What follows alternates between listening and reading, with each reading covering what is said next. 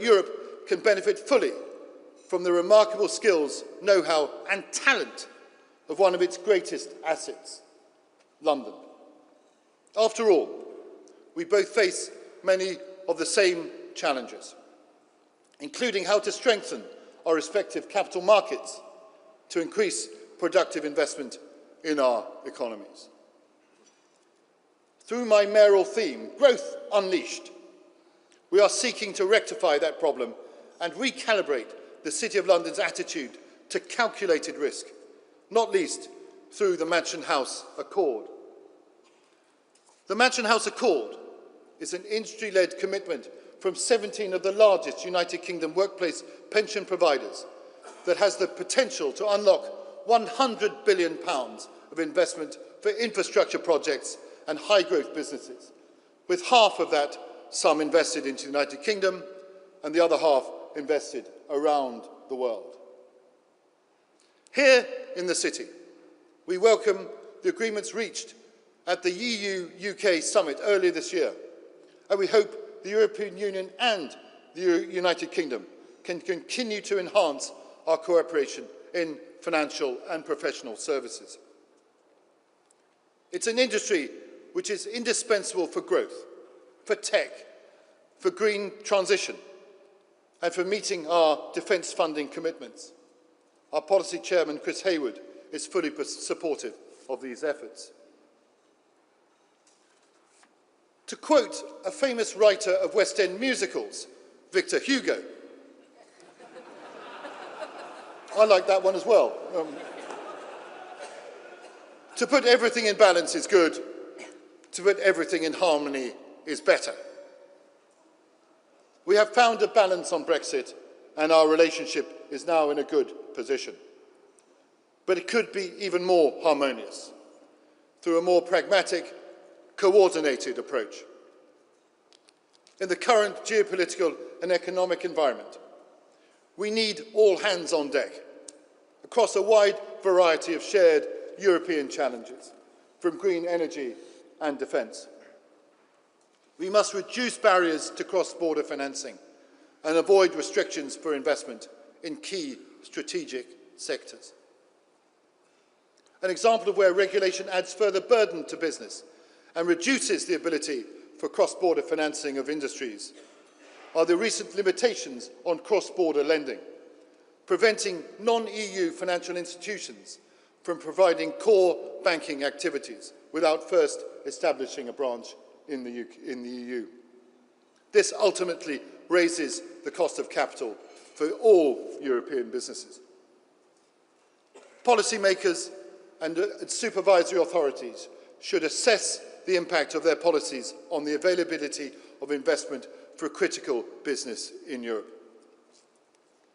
In this period of uncertainty, Europe looks to France and the United Kingdom for stability, but also for solutions. Cooperation between our two great nations is of greater importance now than at any time since the Second World War, as we work together once again to defend European security, most notably through supporting Ukraine, for which you have been such a strong advocate. While others around the world turn inwards, we must together relentlessly push outwards to defend our shared values, champion open, fair, rules-based trade, and deepen the exchanges of people, of ideas, of knowledge and finance upon which both France and the United Kingdom prosper. We are natural allies, partners in progress, and above all else, steadfast friends. Mr. President, you are a great exponent of that friendship. We wish you a successful conclusion to your state visit, and we reaffirm here tonight the City of London's commitment to our alliance, our continued cooperation, and yes, to the love that exists between France and the United Kingdom. Thank you very much.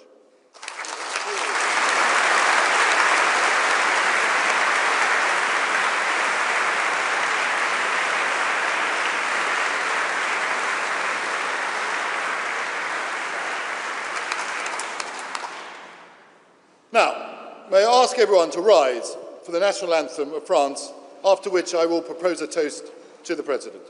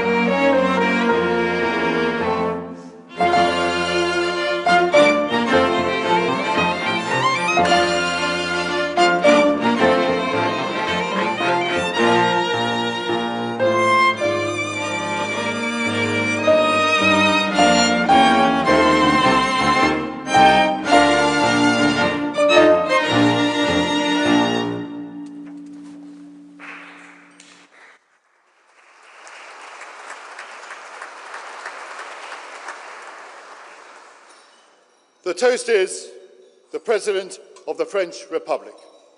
President of the French Republic. Yes, sir.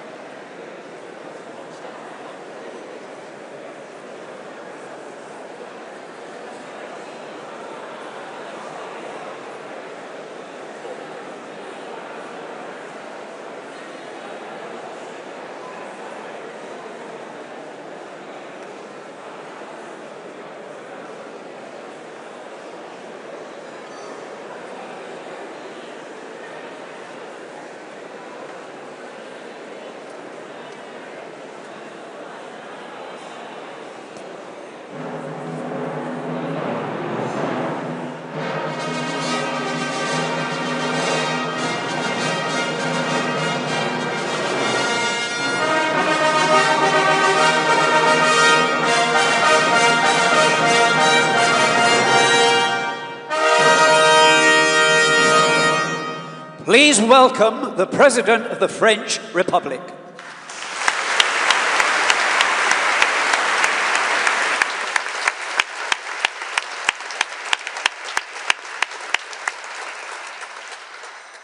Lord Mayor, Your Royal Highnesses, Your Excellencies, my lords, aldermen, sheriffs, chief commoner, ladies and gentlemen. I have to confess that since the beginning of this dinner, I'm a little bit anxious. Because I was put in a situation to be seated on a throne. And I have to tell you that for a French president,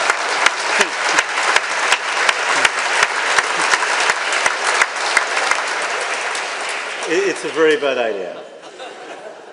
I'm very happy I survived. And I'm here with you. So thank you very much.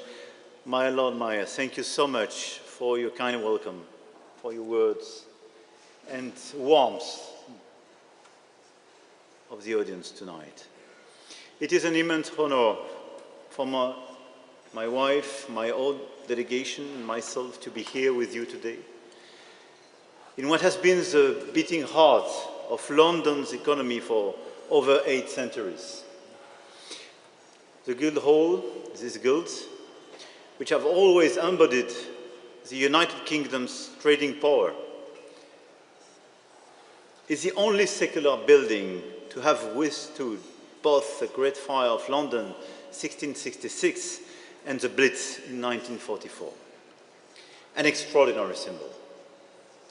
A symbol of your resilience, but also your ability to combine strong tradition and bold invention.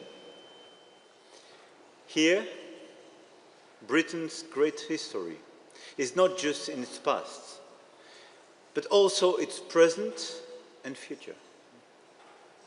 Your eye for excellence, characterized by audacity and discipline, opportunities and vision, has won universal admiration. And I have to say that the status of Duke of Wellington and Admiral Nelson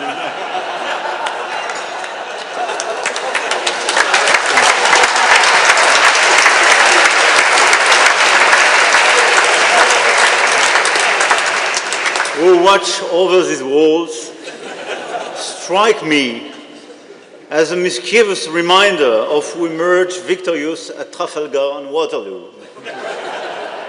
As the French writer Alphonse Allais said, he's less famous than Victor Hugo, the odd thing about you, British, is that you always name your streets and railway stations after defeats.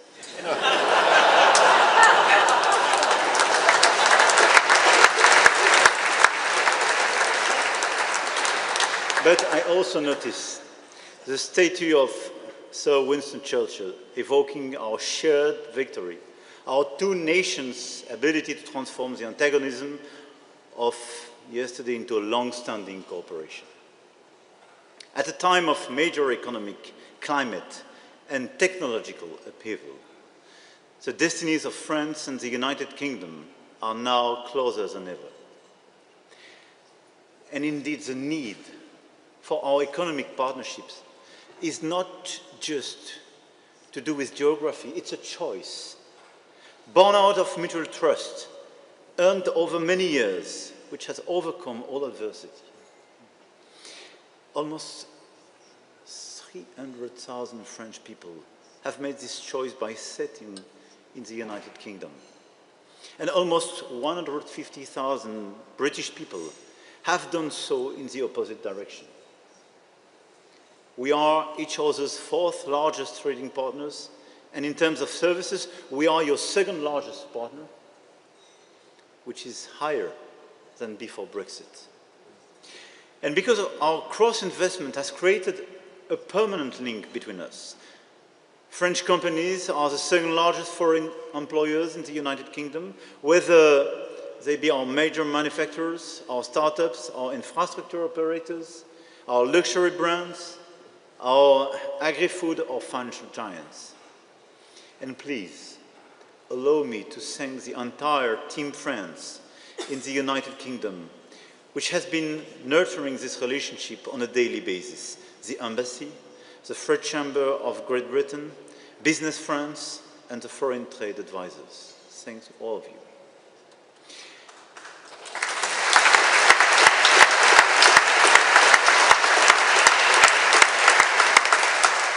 Now, I have a very smart and sophisticated speech being written, but I want to try to address your remarks more directly. And trying to quote Admiral Nelson, and as you can see, we don't hold grudges. I am the opinion that the boldest measures are the safest. And this is true.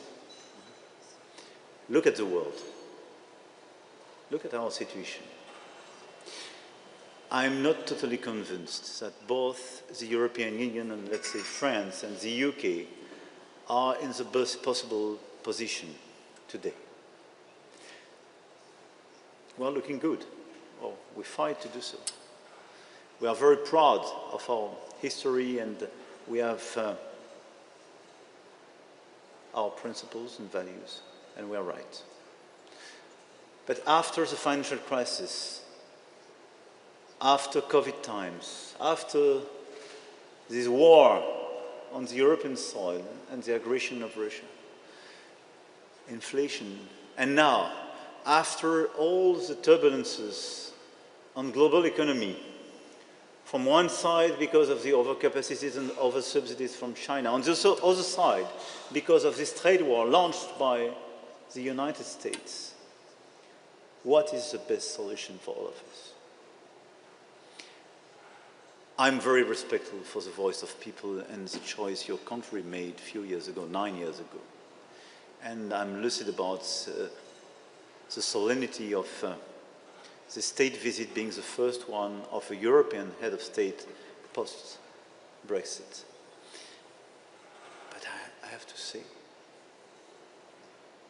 the European Union was stronger with you, and you were stronger with the European Union.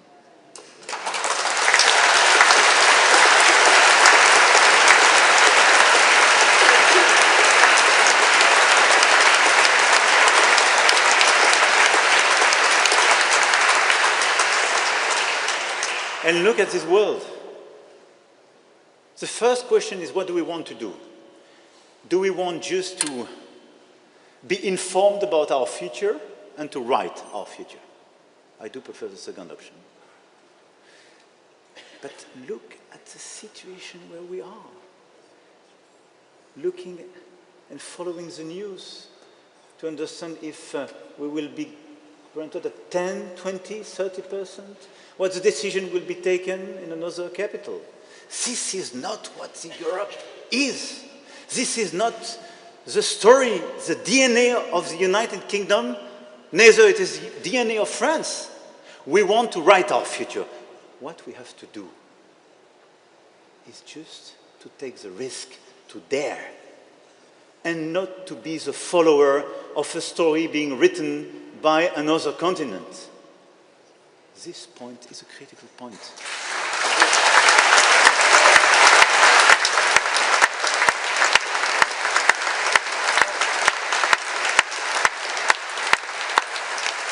And during decades, we thought that this great brother, probably more for you than for us, we had mixed experience with the US, but there were, and it's a strange experience if you speak about France and UK, because in fact, we did our best to allow them to be independent, and Lafayette is a big star. We worked very well together during the two world wars, and we were more reluctant to be totally aligned during the past decades. It was a sort of Gaullist approach. But let's be clear, both of us today, we are in the situation to choose our future and to be instructed about our future. And the only way to choose our future is to do it together. To take the right decisions, but to progressively de-risk our models from both China and the US, even if I don't compare them. They are very different. But not to try to play our own games, but to be lucid about the situation. We will never change geography.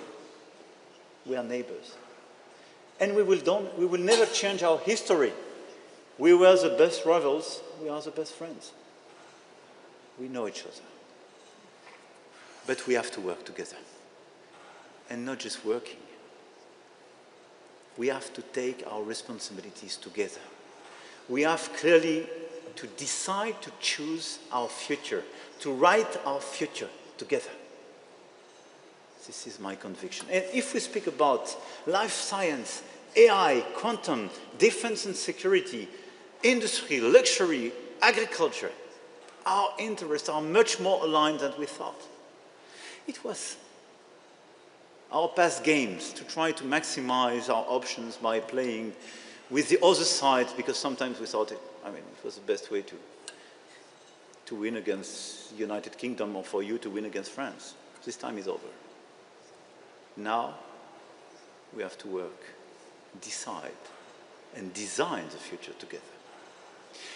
And we have to find together this taste for risk, future. We were discussing a little bit earlier, my Lord Mayor, about the risk adversity in our countries. And this is true.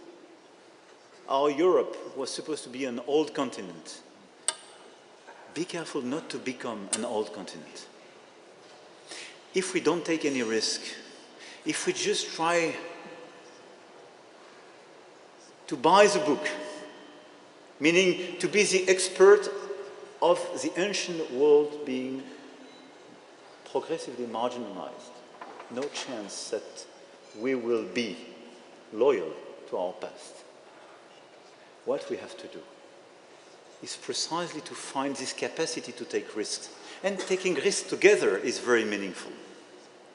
Our societies, our companies, our policymakers have to take much more risks in order to finance the future, in order to bet on the future, in order to take the right choices, in order not to be submitted tomorrow to those who would have taken these risks. All our history is full of crazy people launching great expeditions, taking a lot of risks, precisely to build this great history of Europe. This is what we have to do today. We have to take more risks together. We have to be the front runner of this new world.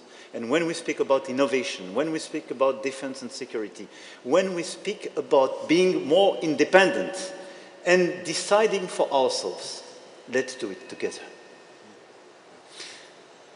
But the other point is taking our risk, daring to do new things, bold things, doesn't mean accepting the vulgarity of this world.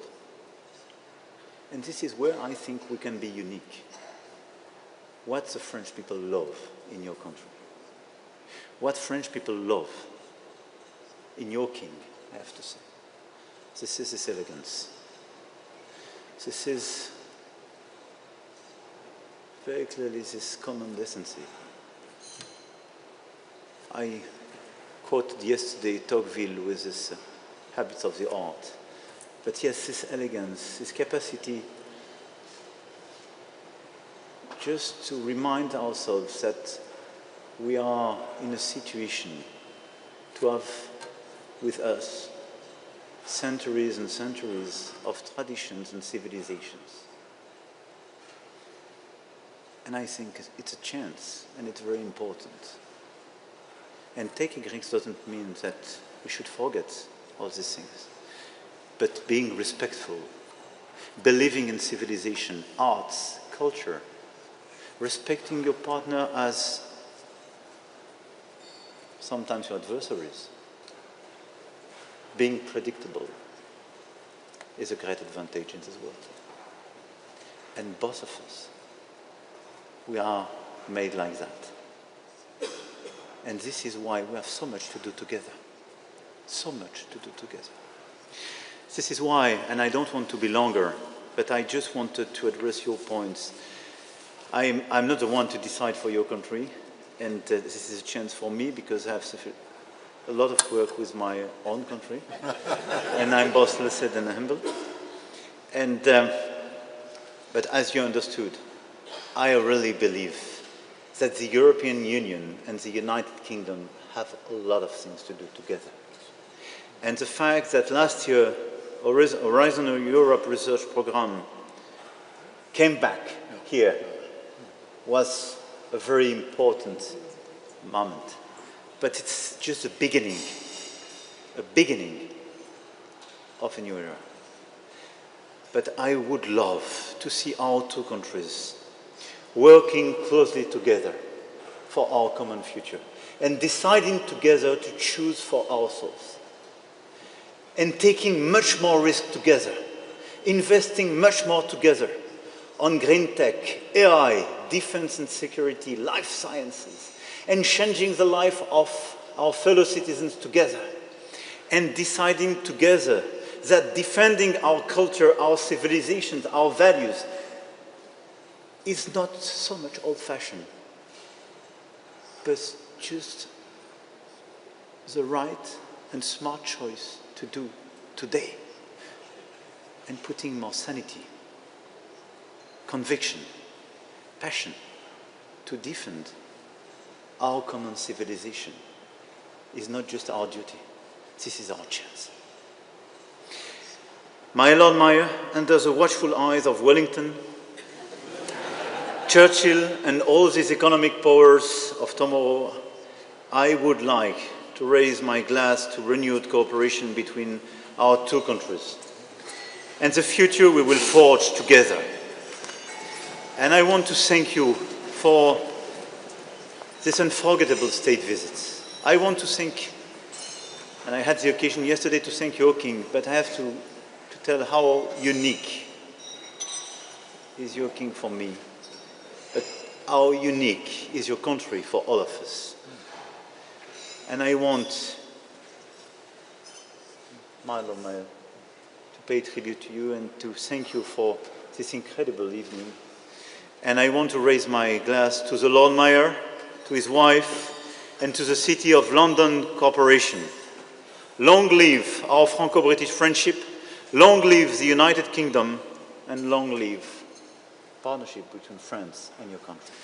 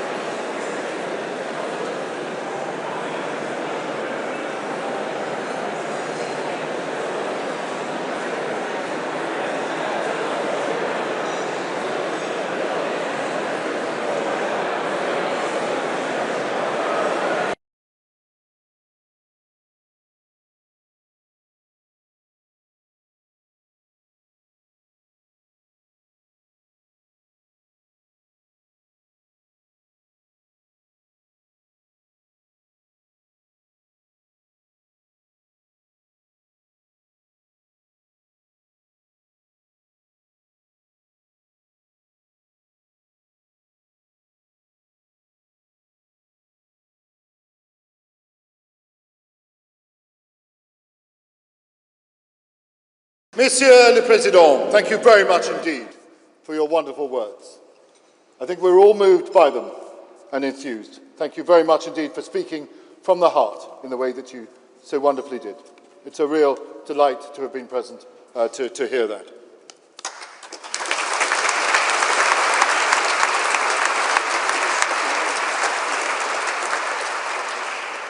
I'd also like to thank the wonderful team who so kindly put on this delightful event.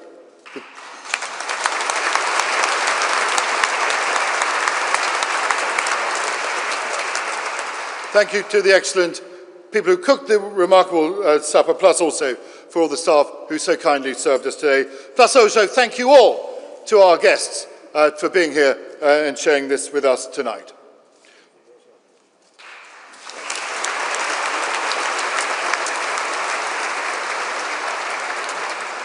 Monsieur le Président, Mrs. Macron, we hope you enjoy the rest of your state visit before you return home to your dogs, Nemo, Passoso, Jules and Jeanne.